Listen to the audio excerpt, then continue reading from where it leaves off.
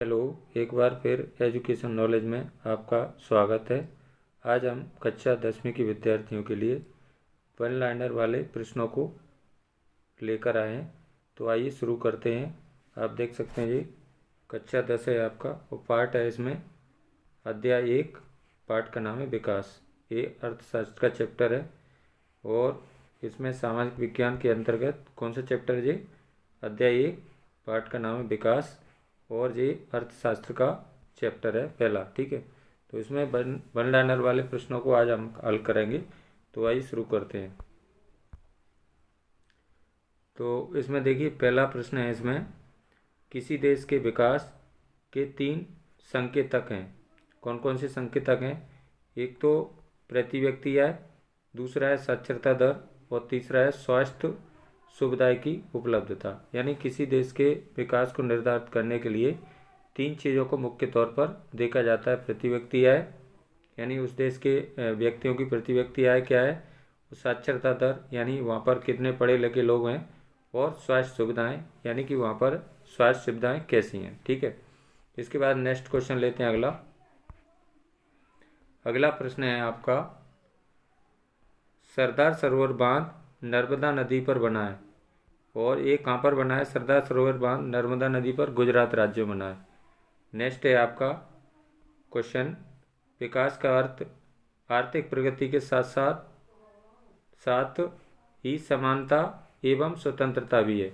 यानी विकास तभी समझा जाएगा जब उस देश में समानता हो और स्वतंत्रता हो। ठीक है, नेक्स्ट है आपका, विभिन्न देशों के विकास की तुलना का एक प्रमुख आधार प्रति व्यक्ति आय है। ठीक है, यानी विभिन्न देशों की विकास की तुलना के लिए मुख्य पहलू क्या है? प्रति व्यक्ति आय।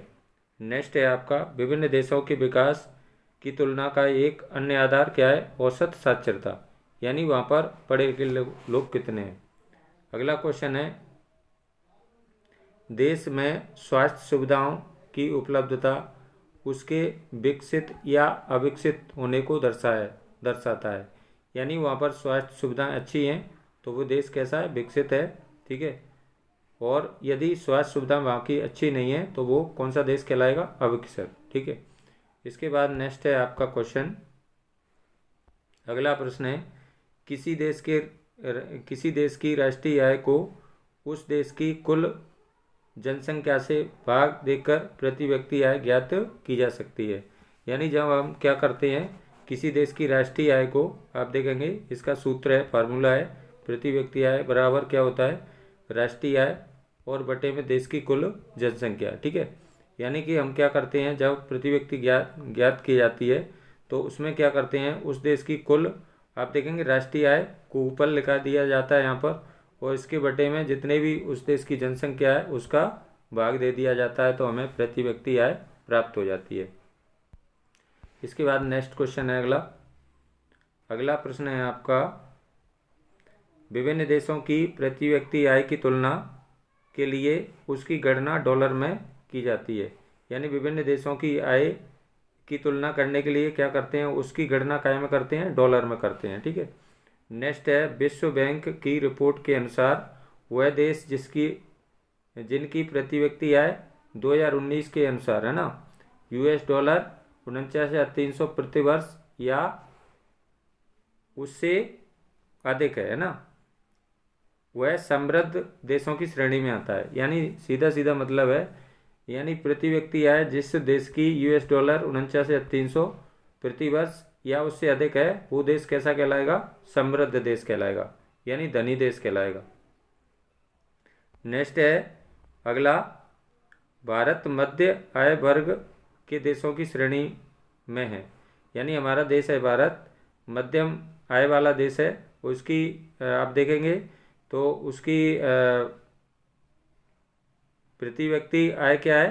$6,700 प्रति व्यक्ति प्रति वर्ष है ना। तो हमारा जो देश है वो मिडिल यानी मध्यम आय वर्ग वाला देश है। उसकी आय कितनी है? $6,700 प्रति व्यक्ति प्रति वर्ष है ना। और जिन देशों की प्रति व्यक्ति आय 2,500 या उससे कम होती है वो निम्न आय वर्ग वाले देश कहलाते हैं। तो आप देखेंगे इसमें तीनों प्रकार के देश यानी विकसित देशों की प्रति व्यक्ति आय क्या होती है, $, 49,300, और हमारा जो देश है मध्यम आय वर्ग वाला देश है तो उसकी कितनी है भारत की, $, 6,700। और जिन देशों की प्रति व्यक्ति आय 2,500 या उससे कम होती है वो निम्न आय वर्ग वाले देश कहलाते हैं यानी गरीब देश कहलाते हैं। हमारा देश कैसा है, मध्यम है, आप देखेंगे। इसके बाद नेक्स्ट है शिशु मृत्यु दर। किसी वर्ष में जन्मे प्रति 1,000 जीवित बच्चों में से 1 वर्ष की आयु के पूर्व मृत होने वाले बच्चों का अनुपात है, यानी इसमें शिशु मृत्यु दर। इसके बाद नेक्स्ट है 7 वर्ष या अधिक आयु के लोगों में साक्षर जनसंख्या का अनुपात साक्षरता दर कहलाता है, यानी कि जिसकी आयु की साक्षर दर में क्या देखा जाता है, वह व्यक्ति जिसकी उम्र 7 वर्ष या उससे अधिक है तो वह किसी भी भाषा में पढ़ना लिखना जानता है तो वो क्या क्या कैसा कहलाएगा, क्या कहलाएगा, साक्षर कहलाएगा। इसके बाद नेक्स्ट है भारत का सर्वाधिक प्रति व्यक्ति आय वाला राज्य हरियाणा है, यानी हमारे देश में सबसे धनी राज्य कौन सा है, हरियाणा है, ठीक है। और सबसे गरीब राज्य की बात करें तो हमारा बिहार है। तो यदि हम अपने देश की, भारत देश की प्रति व्यक्ति आय वाला राज्य कौन सा है, हरियाणा है। इसके बाद नेक्स्ट है भारत का सर्वाधिक साक्षर राज्य कौन सा है, केरल। ये बहुत इंपॉर्टेंट क्वेश्चन है, यानी सबसे ज़्यादा साक्षरता कहाँ पर है, केरल में, और सबसे कम साक्षरता बिहार में है।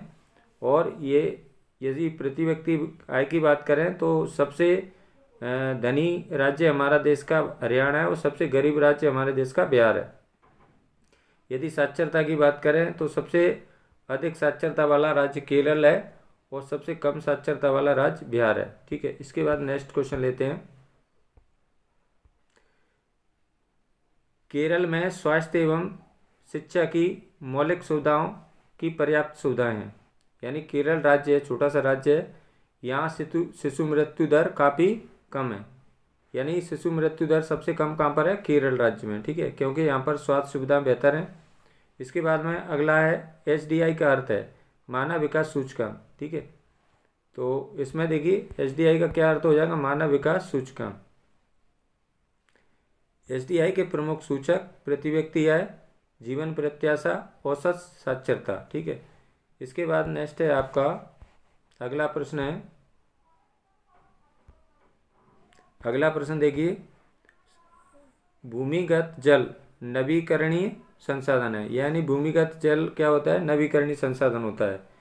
नवीकरणीय संसाधनों की पुनः पूर्ति प्रकृति करती है, यानी कि संसाधन जो नवीकरण होते हैं, नवीकरण क्या होते हैं, जिन्हें काम पुनः उत्पन्न किए जा सकते हैं या उनका पुनः प्रयोग किया जा सकता है।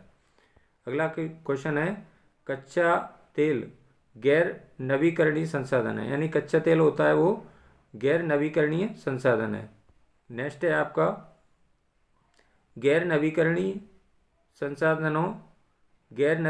संसाधन वर्षों के प्रयोग के पश्चात समाप्त हो जाते हैं, ठीक है। अगला क्वेश्चन है, भारत कच्चे तेल का आयातक है, यानी हमारा देश भारत कच्चे तेल का क्या करता है, आयात करता है। आयात क्या होता है, दूसरे देशों से मंगाता है, ठीक है। अगला क्वेश्चन है, प्राकृतिक संसाधनों का विवेकपूर्ण दोहन क्या कहलाता है, धारणीय विकास कहलाता है, यानी प्राकृतिक संसाधनों का विवेकपूर्ण ढंग से हम दोहन करेंगे, उनका प्रयोग करेंगे तो क्या उसको क्या कहते हैं, धारणीय विकास कहलाता है।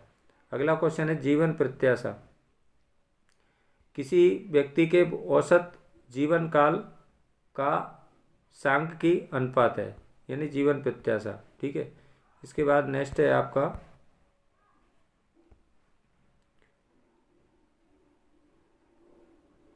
अगला क्वेश्चन है आपका, सार्वजनिक सुविधाएं उपलब्ध कराना सरकार का दायित्व होता है, यानी सार्वजनिक सुविधाएं उपलब्ध कराना किसका दायित्व होता है, सरकार का होता है। इसके बाद नेक्स्ट है आपका, वायु प्रदूषण का मुख्य कारण उद्योग, कारखानों, परिवहन के साधनों का धुआं है, यानी वायु प्रदूषण किससे होता है, उद्योगों से होता है, कारखानों से होता है, परिवहन के साधनों का धुआं से होता है। ठीक है, अगला क्वेश्चन है आणविक संरचनाओं में परिवर्तन विकास के साथ ही पर्यावरण की क्षति का कारण है। अगला क्वेश्चन है मानव विकास की रिपोर्ट, मानव विकास रिपोर्ट, ये बहुत इंपॉर्टेंट क्वेश्चन है, यूएनडीपी प्रकाशित करता है, यानी मानव विकास रिपोर्ट किसके द्वारा प्रकाशित की जाती है, यूएनडीपी के। अगला प्रश्न है यूएनडीपी का पूर्ण रूप संयुक्त राष्ट्र संघ विकास कार्यक्रम है, यानी यूएनडीपी का पूरा नाम क्या है, संयुक्त राष्ट्र संघ विकास कार्यक्रम है। इसके बाद नेक्स्ट चैप्टर है ये आपका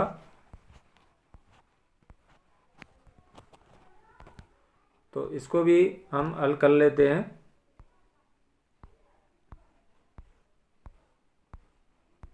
देखिए प्रश्न क्रमांक 2 है ये,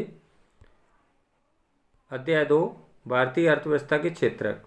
इसमें पहला प्रश्न है भारतीय अर्थव्यवस्था का विभिन्न आर्थिक गतिविधियों के आधार पर वर्गीकरण। एक तरफ दिया क्षेत्रक और दूसरी तरफ दिया गतिविधि।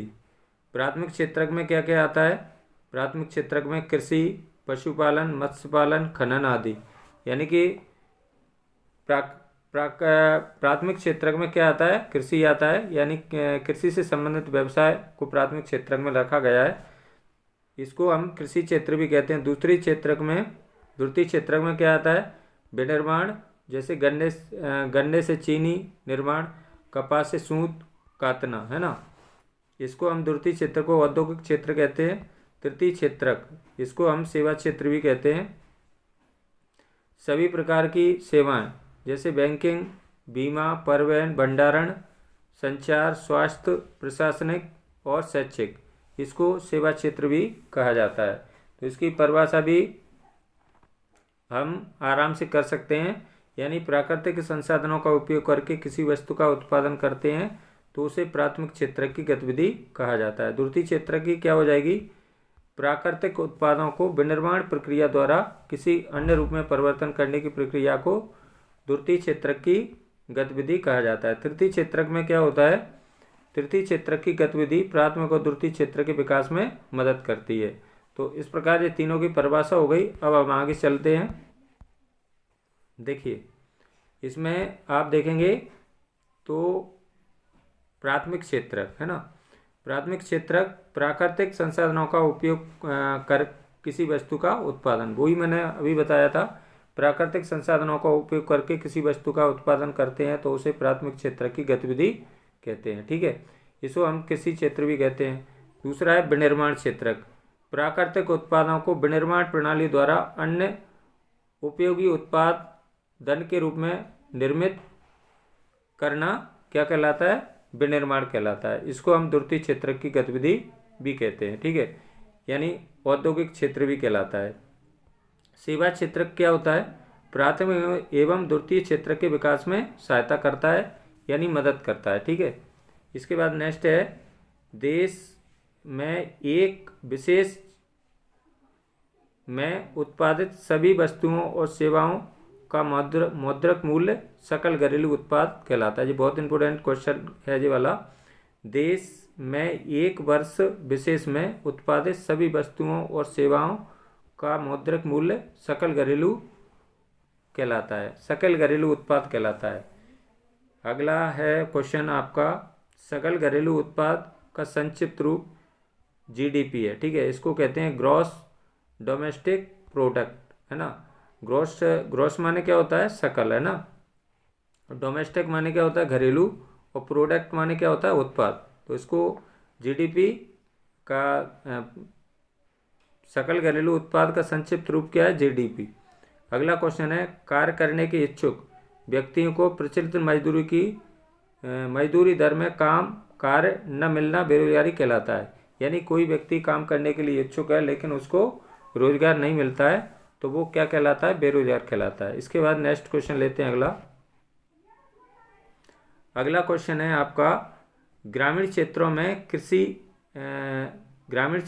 कृषि क्षेत्र में प्रचंड बेरोजगारी की स्थिति देखी जाती है। इन्हें ग्रामीण क्षेत्र में कौन सी बेरोजगारी पाई जाती है, प्रचंड बेरोजगारी। इसको हम छिपी बेरोजगारी भी कहते हैं और अदृश्य बेरोजगारी भी कहते हैं। ग्रामीण क्षेत्रों में दो प्रकार की बेरोजगारी पाई जाती है, एक तो प्रचंड बेरोजगारी और एक मौसमी बेरोजगारी। ठीक है, अगला है प्रचंड बेरोजगारी को छिपी बेरोजगारी भी कहा जाता है। यानी प्रचंड बेरोजगारी को क्या और का नाम है उसका, छिपी बेरोजगारी। प्रचंड बेरोजगारी क्या होती है, किसी कृषि कार्य में क्षमता से अधिक लोगों का लगा होना प्रचंड बेरोजगारी कहलाती है। ठीक है, अगला क्वेश्चन है शहरों में अधिकांशतः शिक्षित बेरोजगारी पाई जाती है। ये बहुत इंपॉर्टेंट क्वेश्चन है, इनमें से निश्चित क्वेश्चन आएगा। अगला क्वेश्चन है महात्मा गांधी राष्ट्रीय ग्रामीण रोजगार गारंटी अधिनियम 2005 में लागू हुआ था। यानी महात्मा गांधी राष्ट्रीय ग्रामीण रोजगार गारंटी अधिनियम कब लागू हुआ था, 2005 में। इसको शॉर्ट में हम क्या कहते हैं, मनरेगा कहते हैं। ठीक है, अगला क्वेश्चन है नियोजन के आधार पर क्षेत्रकों का विभाजन। संगठित क्षेत्रक यानी सरकार द्वारा पंजीकृत होते हैं, असंगठित क्षेत्रक सरकारी नियंत्रण से बाहर होते हैं। यानी कि हमारे नियोजन के आधार पर क्षेत्रकों को दो भागों में बांटा गया है, संगठित क्षेत्रक जो सरकारी द्वारा पंजीकृत होते हैं, दूसरा होता है असंगठित क्षेत्रक जो सरकार के नियंत्रण से बाहर होते हैं। इसके बाद में आप देखेंगे संगठित क्षेत्र में क्या क्या हमें लाभ होता है। यानी कि यहाँ पर क्या होती है, संगठित क्षेत्र में सवैतनिक अवकाश की पात्रता होती है, सेवानुदान और चिकित्सीय लाभ और पेंशन। ठीक है, और असंगठित क्षेत्र में इसमें देखिए संगठित क्षेत्र में क्या होता है, इसमें रोजगार कैसे होते हैं, नियमित होते हैं, और यहाँ पर संवैधानिक अवकाश की पात्रता होती है, सेवानुदान होता है और चिकित्सीय लाभ होता है, पेंशन होती है, इसकी सुविधाएं। नियोजन के आधार पर क्षेत्रकों का विभाजन, संगठित क्षेत्रक यानी सरकार में पंजीकृत पूर्व में पड़े हैं, और असंगठित क्षेत्र में सरकारी नियंत्रण से बाहर। ठीक है, इसमें देखिए कुछ इसमें उद्यम दिए, उपक्रम, प्रमुख उपक्रम और स्वामित्व। या रेलवे किसके स्वामित्व में, सार्वजनिक क्षेत्र के, यानी कि सरकार द्वारा पंजीकृत हैं। डाकघर भी सार्वजनिक क्षेत्र है। टिस्को क्या है, निजी क्षेत्र है। ठीक है, और रिलायंस इंडस्ट्रीज क्या है, निजी क्षेत्र का है। तो ये थे आपके अध्याय 1 और अध्याय 2 के वन लाइनर वाले प्रश्न। ये परीक्षा की दृष्टि से आपकी बहुत ही महत्वपूर्ण प्रश्न है। इन प्रश्नों को सभी को आपको अच्छे से देख लेना है। यदि आपको यह वीडियो अच्छी लगी है तो लाइक करें, अपने मित्रों के साथ इसको ज़रूर शेयर करें। इसके बाद में हम आते हैं और नेक्स्ट वीडियो के लिए। तो ये धन्यवाद सभी को, मेरा नमस्कार, थैंक्स।